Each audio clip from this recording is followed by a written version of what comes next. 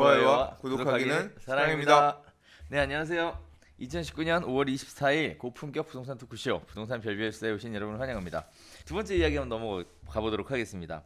수도권 청약이 도대체 어디에 관심을 둬야 되겠냐라는 부분들인데요. 이 역시도 3기 신도시 이야기하고 같이 파생돼서 나오는 이야기인 것 같습니다. 일단 뜨거운 성남 과천, 반면에 주춤한 2기 신도시에 대한 이야기를 한번 나눠볼 텐데요.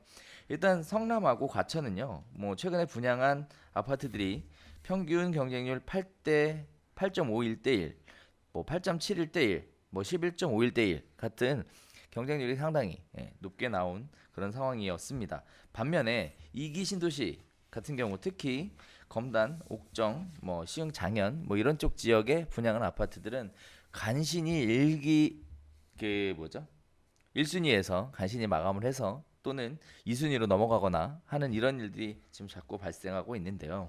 지금 보면 온도 차이가 굉장히 극명하게 갈려지는 거 아닌가라는 생각이 들어요. 특히 2기 신도시, 3기 신도시 발표를 중심으로 해서 2기 신도시 중심으로는 그닥 신통치 않은 모습들을 보여주고 있는데 청약에 관심 있는 분들은 상당히 많단 말이죠. 그렇게 청약 관심 있는 분들이 지금 이러한 상황에서는 어떤 식의 접근을 하는 게 좋을까라는 생각이 좀 들었어요. 뭐 청약 경쟁률이 높은 데를 지속적으로 도전해 보는 게 좋을까? 아니면 비인기 지역이더라도 내가 꼭 필요한 지역이라고 한다면 그 지역에 뭐 경쟁률 낮을 때 접근해 시도해 보는 게 좋을까라는 굉장히 복잡한 생각들을 갖고 있을 것 같은데 소장님이라면 어떤 선택을 하시겠어요? 지금 상황에서? 지금 근데 네. 지금 사실 요번에 구성남의 진짜 메인 단지들 이 성남 재개발 구역들 중에서 1차분은 10년 전에 벌써 했고요. 그래서 끝났고 원래 같이 추진하다가 경기가 안 좋아지면서 규모가 큰 재개발 구역들 지금 여기가 요번에 금광 1구역 그다음 중 1구역 분양 나왔고 좀 있으면 신흥 2구역 나올 거예요. 요 세 개의 단지가 이제 지금 한 3천 세대급 또는 뭐 한 5천 세대급 정도 되는 이런 메이저한 단지들이 성남에서 지금 물량들이 나오려고 하는데 이 일대에서는 굉장히 유망 분양 물량이었어요. 그리고 그랬기 때문에 그리고 또 이번에 이게 공공이 사업 시행하는 그런 형태로 돼서 그렇죠. 성남 분양가나 그렇죠. 조건도 좋았거든요. 그래서 매력 있는 분양가 이거 지금 일반 분양가 가격 자체가 조합원과 거래되는 가격에 비해서 훨씬 메리트 있는 가격이 나왔기 때문에 그냥 이건 열면 기본적으로 피가 붙을 거다. 그러니까 상대적으로 저렴하게 들어가는 선택이 될 수 있을 것이다. 이게 지금 서울도 지금 서울시 1순위 통장 접수하고 미달이 나면 기타가 넘어가잖아요. 그렇지만 여기도 지역 통장이 들어가는 걸로 알고 있거든요. 그러니까 성남시 통장만 경쟁률이 이거 나온 거예요. 만약에 이게 미달이 났으면 이제 서울이라든가 기타가 그렇죠. 들어갔을 텐데, 그러니까 이 안에서 끝난 거죠.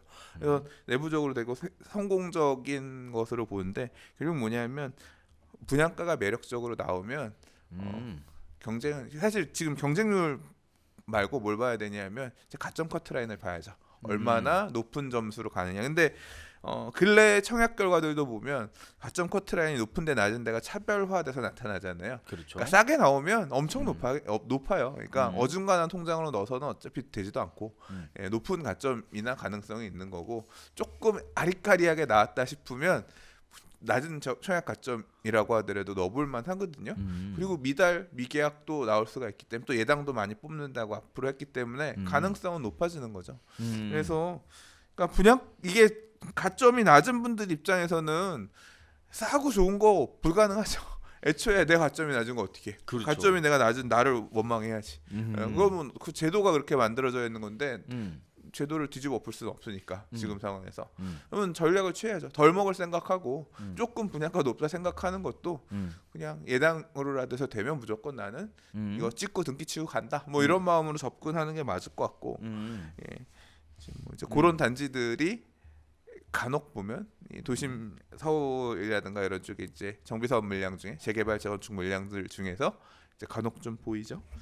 그러면 선생님 말씀에 의하면 2기 신도시나 3기 신도시 때문에 그랬다라기보다는 분양 물량 자체가 워낙에 우량 매물이었고 우량한 분양 아파트였고 그 다음에 인기 지역이었고 그리고 또 하나는 분양 가격도 저렴하게 분양이 돼서 사람들의 관심을 많이 받았다. 이렇게 봐도 무관하겠네요. 근데 지금 이기순도시가 미진한 이유는 음. 이게 언론에서 소비도 잘 안 돼요. 붐업도 잘 안 돼. 왜 그럴까요? 왜요? 사람들이 똑똑한 거예요. 이미 다 알아. 그러니까 일기 신도시 이게 신도시의 운명이 되게 참 그런 게 일기 신도시 서울에서 그래도 꽤 거리가 있는 지역에다가 200만 원 건설한다고 해서 지었잖아요. 그렇죠. 예.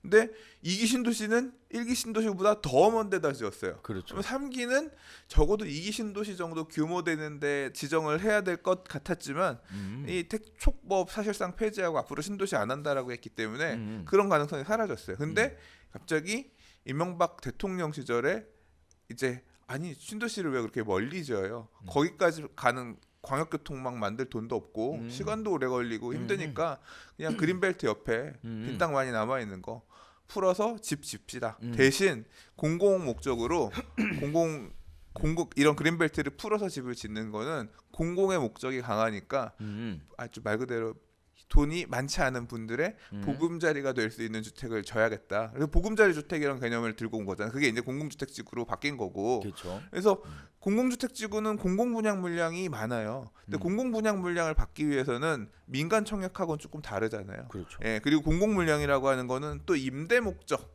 또 분양 전환 뭐 얘기 말 많지만 그런 물량들도 꽤 많이 들어 있거든요. 임대 아파트, 행복주택, 그다음에 공공 분양 그리고 분양 전환 민간이 제한적으로 있단 말이에요. 전체 공급 물량 중에서 그걸 받기 위해서는 애초에 내 집 마련 전략이 좀 별개인 거죠. 근데 3기 신도시가 결국은 뭐냐면 공공주택 지구들을 뭉쳐가지고 또 약간 그걸 규모를 키워서 이제 이런 개념의 위치로 들어가다 보니까 상대적으로 2기 신도시는 제일 못난이가 되어버린 거예요. 예, 여전히 광역교통 대책이 제대로 뚜렷하게 보이지 않은 상황에서 도로라든가 혈도교통이라든가 이게 좀 어떻게 가야 되나? 그러니까 어떻게 보면 서울의 주거 수요를 분산해 주기에는 약간 거리감이 있는 지역에 공급 계획을 벌써 10년 전부터 수립했던 거고 그 계획에 따라 지금 이제 와서 공급을 하는 건데 이게 지금 사람들이 워낙 학습 효과가 많이 있어서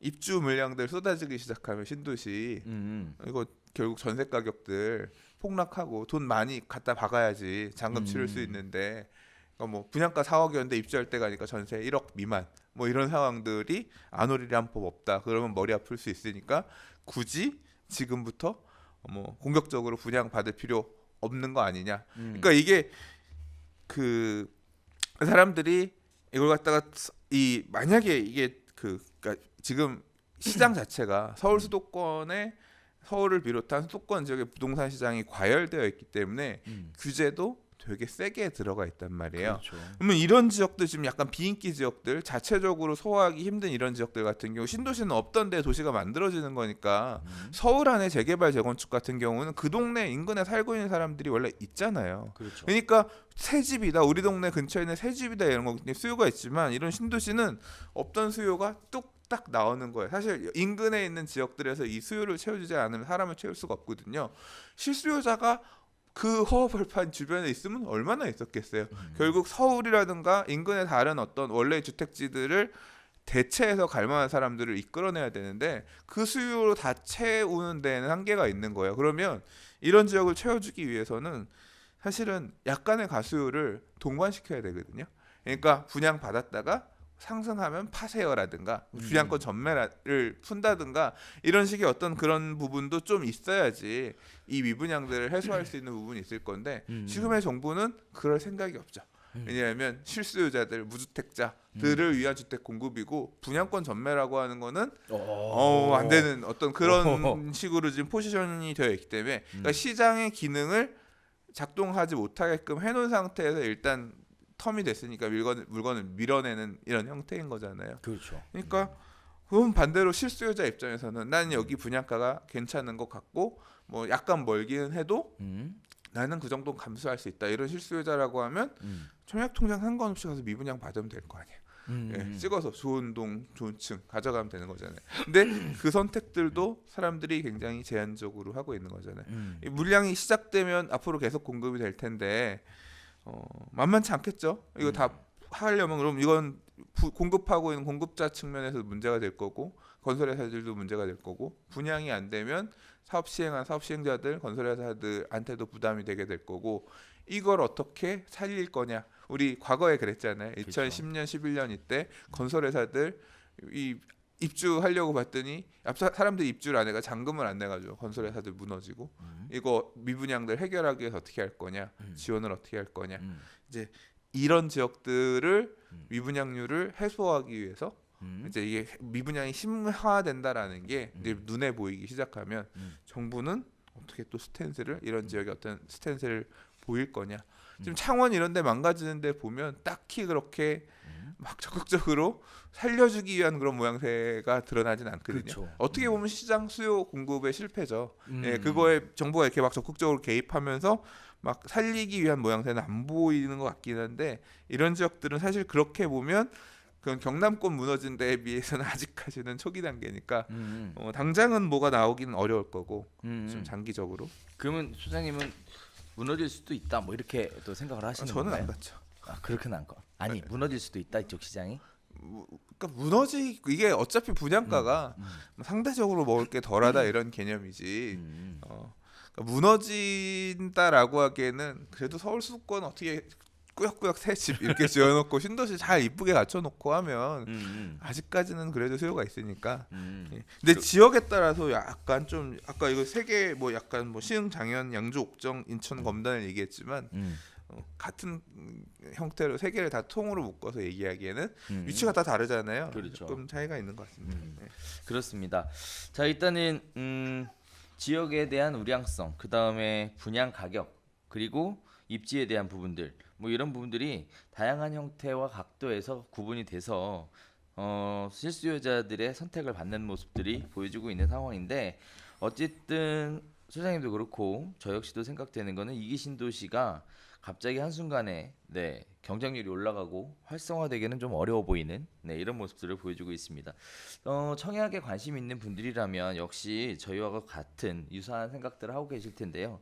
아무쪼록 지금 같은 시기에 뭐 부동산 시장 자체가 뭐 어떻게 될 거냐라고 하기 이전에 일단은 관심 있는 지역들로 앞으로 유망하다고 생각되는 지역들로 청약하시는 게 좀 좋아 보이지 않나라는 생각도 잠깐 들고 있습니다. 네, 자 저희가 이번 주에 준비한 소식 여기서 인사드리고 할게요. 밖에 날씨가 엄청나게 덥습니다. 완전 더워요. 그러니까요. 이제 드디어 여름이 시작되는 건가요?